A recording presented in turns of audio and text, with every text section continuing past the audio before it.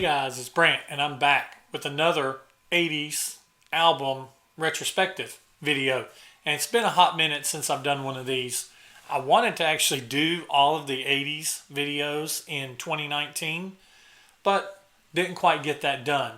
I got sidetracked and bogged down in 1984. But today we're getting back on track with that with March 1984's release, Ratt Out of the Cellar. Let's get into it.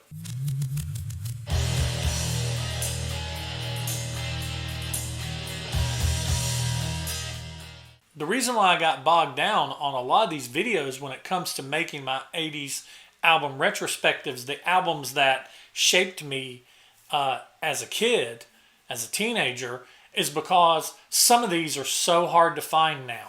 And I don't like to order stuff offline because I think, well, I'm going to order it and I forget. I'm going to order it and I forget.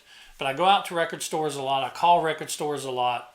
And they never have a lot of these 80s albums. These are not in print anymore. And they're just really hard to find.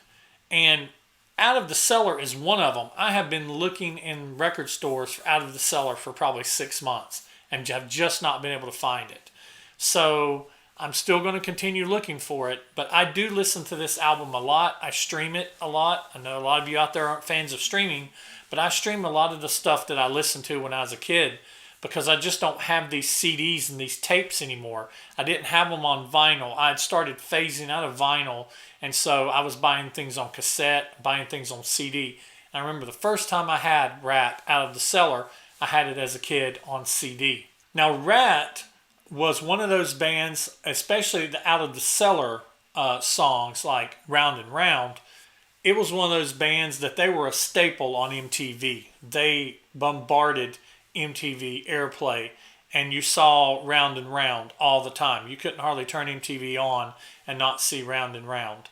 And so I really like the song Round and Round, but there's a lot of other songs that I like off of Out of the Cellar and more than Round and Round. But I respect it for the hit that it became for the band. I remember being a kid, whenever I would put an album on for the first time, I was really listening to the drummer because I was really starting to develop my drumming technique, and I really love the way Bobby Blotzer plays drums on this album. He's not the most technical drummer, but he plays what is right at the right time. And I really like the way his toms sound. His toms just, and I remember they looked huge in the videos, but they just had this sound to them that was just amazing. And so I learned to play almost every song on this album. And this album just kind of rocked my summer. It went into my summer of 1984, being a 15-year-old kid. And there was a bunch of music that came out during this time. And if you have these albums, consider yourself lucky, because in the wild now, they're hard to find. Yes, sure, I can go online and order them, which is probably what I'll end up having to do for most of these. But it's not the same. It's not the same as going looking in the bins of albums and going looking in the cassettes and CDs and seeing it and pulling it out and being like, oh, cool, I found what I wanted. It's so much more fun to do that than it is to go online and order it online. So, with that, having said that, let's get into these songs.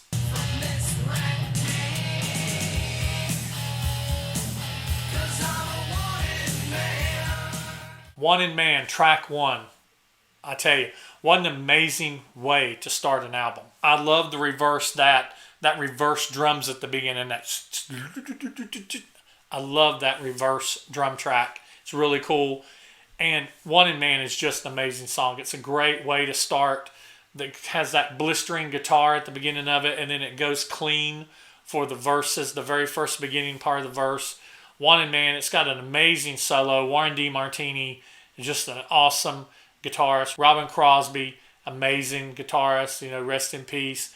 And Juan Crocier, I mean, it's just an amazing band all the way around. Of course, Stephen Pearcy on vocals. This is just an amazing song. It's a great way to start the album. And I get chills when I hear it to this day. the beginning of this album because I know it's the beginning of an album that I really love all the way through. So let's talk about track 2.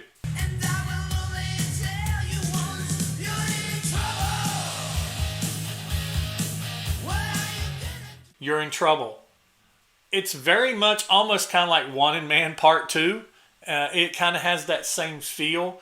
I love You're in Trouble. I love the way the chorus just kind of, it builds towards the chorus and then it's like, you're in trouble. And I like that, what are you gonna do? I like, Steven is not the most technical singer, but I've always liked that raspiness of his voice and I always thought it fit. And the guitars, once again, the solos, the guitars, the riffs, You're in Trouble. It's just a great song. It's a great follow-up to the first track. And I love it. So, Round and Round. It's the one everybody knows. It's the Ratt song that everybody knows. They've got a lot of hits if you really think about it. Round and Round is definitely their biggest. It's a fun video. I love the video for this. And it's a great song. It's their hit. And that's really all I got to say about it. Let's do track 4.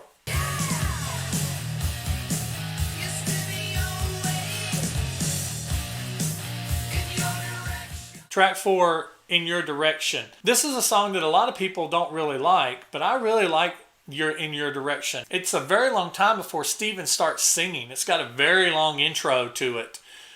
But I love the riffs to this song. I think In Your Direction is a great song. And some people might call it a throwaway or a filler, but I think In Your Direction is a great song. So let's go to the last track on the first side of the album.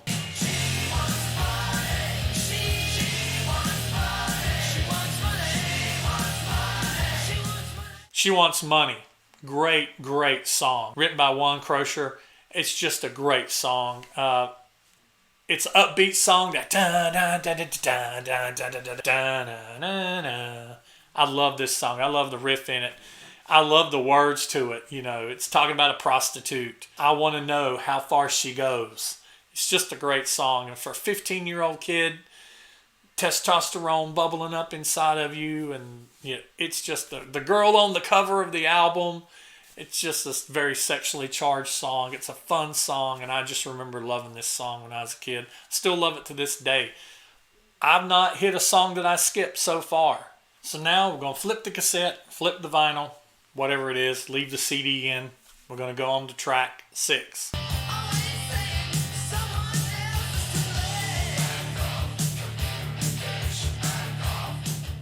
Lack of communication. Back off. Love that. One of the things I always liked about this song was at the very beginning of it where you hear them like they're in the studio and they're talking and then it's like 1, 2, 1, 2 and it starts off that riff. That's just it's a great song. It's a great way to start the second side or the B-side of the album, cassette, whatever. It's probably not one of my favorite songs on the album. And it's got a good solo, very short solo, but it's just, I don't know. I don't know. I really can't explain it. It just doesn't grab onto me the way the other songs do. So, but that's just it for me. So let's take a listen to track 7.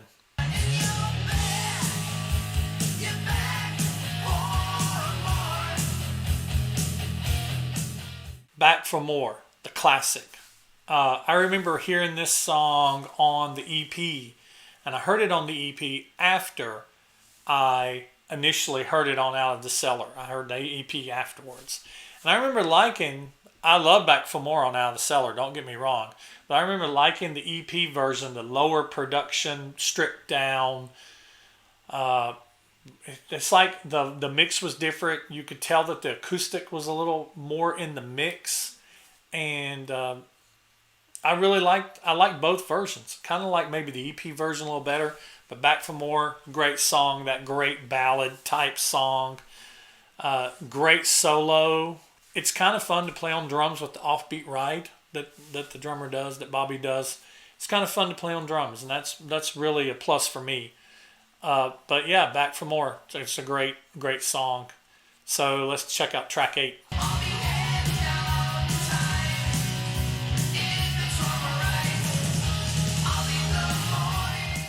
Track 8, Morning After. Another upbeat song. Just starts off with that dan, dan. It's just a great, great riff.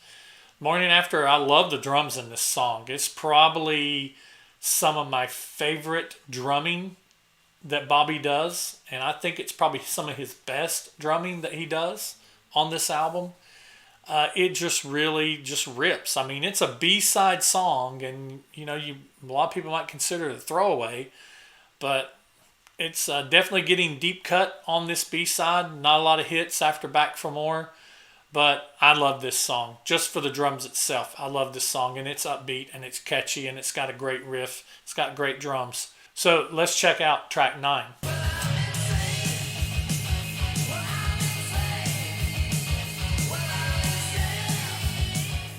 Track 9, I'm Insane, written by Robin Crosby. Great, great song. I love the riff, like right off that. Great, and the drums is just, it's a great drum song. It's a great guitar song. And it's not the most upbeat song, but it's got a good tempo to it. It's not a fast frenzied like The Morning After, but it's got a good beat to it. So I like it. It's another deep cut B-side song, but I still like it. So let's hit the final track on the album, track 10.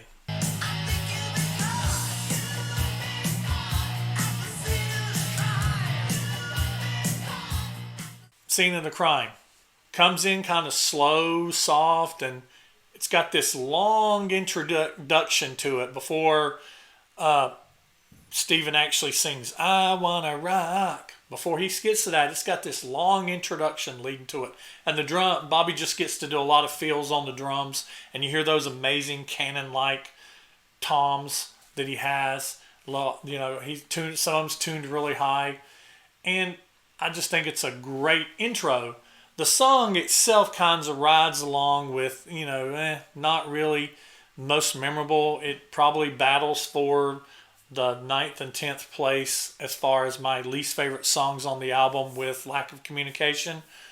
But I don't not like this song, and I don't skip it. It's just, you can definitely tell it's the deepest of the deep B-sides songs. But I still like it. I like it. I think it kind of ends the album, not really on a high note, but it just kind of ends the album.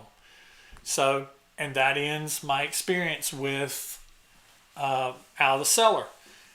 Out of the Cellar to me is probably a 7. On a scale of 1 to 10, I score it a 7. This is a very memorable album for me. It had a huge influence on me.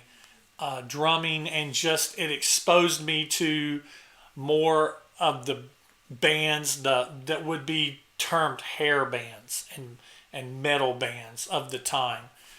And Ratt was a great band. This is not my favorite Ratt album. I will be talking about that later on, but that will be coming soon. I just remember when I listened to this album in the last few days leading up to doing this retrospective, it transported me back to being a 15-year-old kid in my bedroom with the headphones on, listening to it, analyzing the drums, my friend coming over and us playing guitar, playing drums together. It took me back to being 15 years old, and that's what these videos are all about, these retrospective videos for albums that I listened to and grew up listening to in the 80s. So that's all I've got for Ratt Out of the Cellar. I scored it as a 7, and I hope you enjoy these 80s retrospective videos, and I appreciate you watching. I'm Brant Within My Head channel, and I'll see you next time in the next video. Thanks for watching.